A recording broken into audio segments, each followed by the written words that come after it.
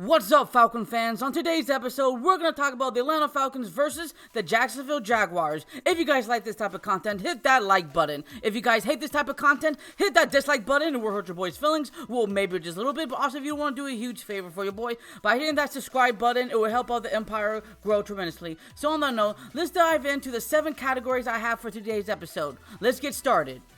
Home field advantage versus home field advantage. So obviously both teams are going to cross over the pond at Wembley Stadium. So that's going to be a neutral site. So I'm going to give the points to neither team. So now let's continue with category number 2. Coaches versus coaches. Arthur Smith versus Doug Peterson. So let's start out with Doug Peterson. I'm not a huge fan of Doug Peterson, of what he did back in 2020 when he was the head coach for the Philadelphia Eagles, where they were playing against the Washington football team at that time, and they lost 20-14. But it was very obviously, clearly, we can see that they were trying to lose that game, regardless if it was his fault or the owner's fault. He played a huge part in that, and then he got fired for that. Regardless if it was right or wrong, but I've never been a fan of him ever since. But since he became with the head coach of the Jacksonville Jaguars, hey, regardless of how you slice the bread, they won first in their division of the AFC South. Of course, they lost to the Kansas City Chiefs in the AFC divisional round game.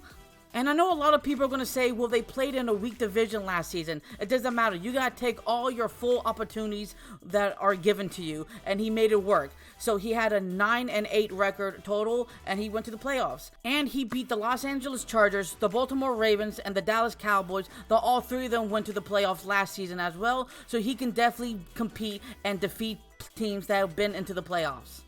So when we talk about Arthur Smith, I'm very conflicted here because I think Arthur Smith does a really good job on the O-line protection compared to last week, obviously. But I also think he does a really good job in dissecting and really making incredible run plays for our running backs and for the offensive line to get up on their second level by using their gears to push up the enemy line and create enough separation to create those nice gaping holes where the running backs could go through without being touched. I think he does a really good job on that. But what hurts this team the most when it comes to the Atlanta Falcons is not the defense, it's the passing game for the offense side of the ball. I know there's a lot of factors that make it or break it for the passing game for Arthur Smith. Sometimes it's not his fault. Sometimes he makes really great play calling, but sometimes they're not executed right. Or sometimes they're really bad play calls because he does not give his one-on-one individual matchups a great opportunity to catch those balls. But regardless, my points go to the Jacksonville Jaguars head coach and Doug Peterson because he has proven that he can take a terrible team back in 2018 through 2021 that finished dead last in the division and make them first place in their own division in 2022 in just 1 year as a new head coach for them. Unlike Arthur Smith, who has been here with the Atlanta Falcons 2 years plus, and still we have not finished first in our division. So my points go to Doug Peterson. So now let's talk about category number 3. Jacksonville's quarterback and wide receivers versus the Atlanta Falcons secondary. So let's start out with the Jaguars.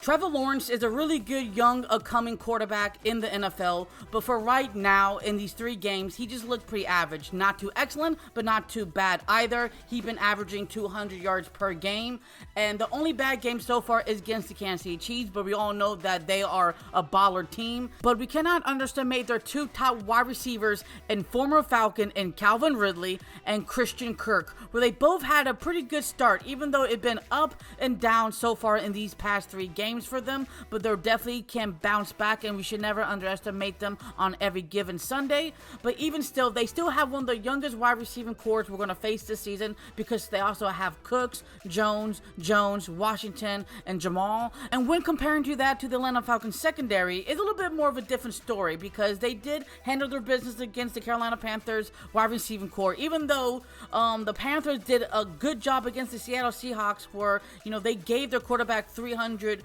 plus passing receiving yards, so that's pretty cool. And then the Green Bay Packers, they handled themselves, even though we did give up 2 touchdowns, but even still none of them above 100. Now when it comes to the Lions, yes, Amon St. Brown did go ham against us, but since some of our secondary knows Calvin Ridley's tendencies, I think we can shut him down. And when it comes to Christian Kirk, as long as we have a safety over the top, we should be fine, and Arthur Smith will not make the same mistake and getting us burned with these play action passes passes. So my points go to the Atlanta Falcons secondary. So now let's talk about category number 4.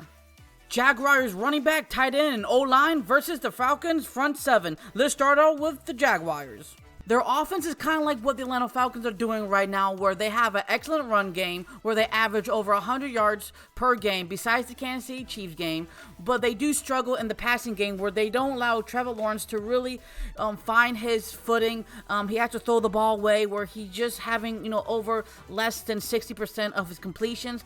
He did get sacked 6 times. Now, last game against the Houston Texans, he didn't get sacked at all, because they have Travis Etienne Jr., who's just been a really good running back for them so far. He has over 250 total rush yards, 1 touchdown, and he's not bad in the receiving department as well, so they rely on him heavily. He's definitely their number 1 bell cow over there. So when it comes to the tight end as well, they only have one major tight end that Trevor Lawrence really liked to throw to down the middle, and that's Evan Ingram, a Pro Bowler back when he was playing for the Giants, and now he's with the Jacksonville Jaguars. And so far, Trevor Lawrence really liked to use him as a safety blanket, when you clearly see on the stat sheets where he's targeting him, averaging 5 per game. So that's a pretty dangerous in the making right there. So when it comes to the Atlanta Falcons side of the ball, they're a really good run stuffer team. So when it comes to the quarterback run plays, that's a little bit more different, but besides that, they know how to handle their business against the run. So when it comes to the lack of sacks,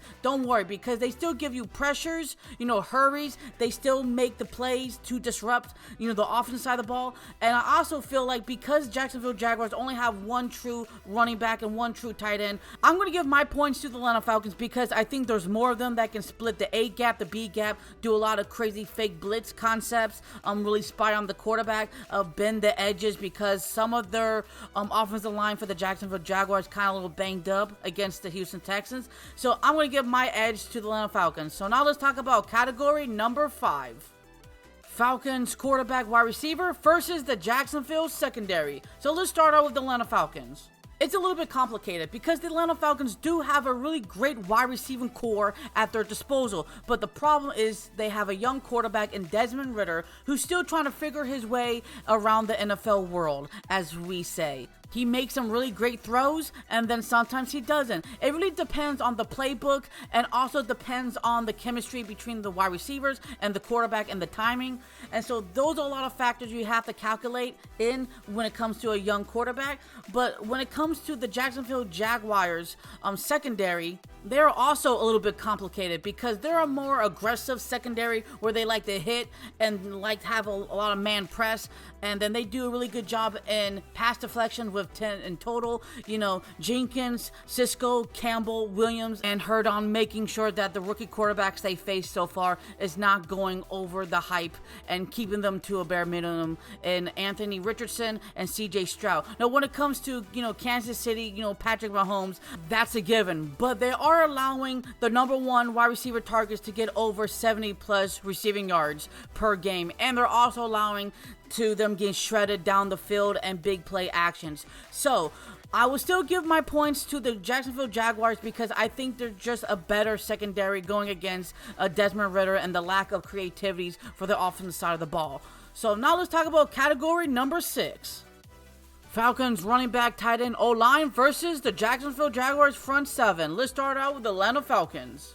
The offensive side of the ball does a really good job on the right side, creating holes and making sure that Tyler Algier and Bijan Robinson find the holes correctly and getting big yardage. But the problem is the offensive line is not giving enough time to Desmond Ridder to self-check himself correctly and properly, where he has to throw it away real quick because he's getting sacked way too often. Against Carolina, he was sacked 4 times. In the Green Bay Packers, he was sacked 1 time. But against the Detroit Lions, he was sacked 7 times for a grand total of 12 sacks. That's really disparaging on what the Atlanta Falcons want to do early on in the run game, because we can't establish that because of Desmond Ridder constantly getting pressured, getting sacked, loss of downs. And so when we have to play catch up, we have to start doing the passing game, and we're just not quite there yet.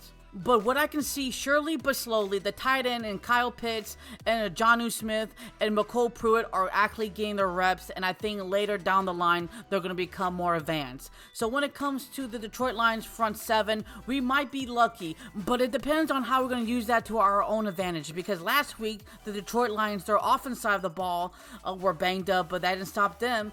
But when it comes to the Jacksonville Jaguars, their nose tackle, Josh Allen and Devin Lloyd, they're all injured, so we don't know if they're going to play or not. They're all questionable, but if they are out, this gives us a better chance at running down the ball because they're not a really stoppable run defense. They do allow opponent running backs to average 4 points per carry, and so that's something exciting because Bijan Robinson is a beast in the streets, so I think he can take a full advantage of that.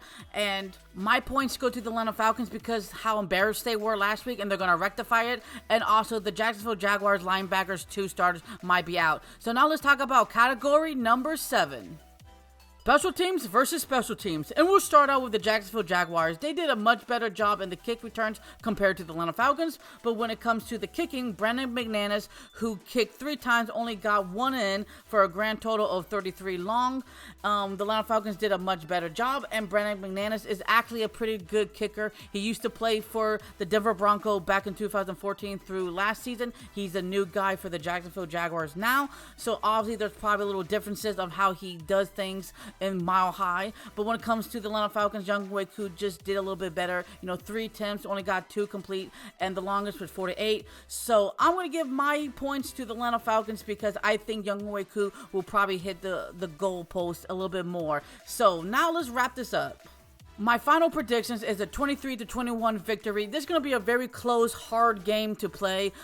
Good thing is going to across the pond. So obviously, we're not going to get the Jacksonville Jaguars, all their fan bases to yell. And so it's going to be pretty even. And I think at the end of the day, we're not going to lose to them because we haven't lost to them since 2007. And we're going to keep that win streak alive. So on that note, if you guys lasted this long to the very end of the episode, thank you guys so much for taking your own personal time and day to watch these Falcon content videos. I love making videos for you guys. Here's more on the screen if you guys are interested. So what do Falcons do? Rise up. Until the next episode, show love and peace to the world, and peace.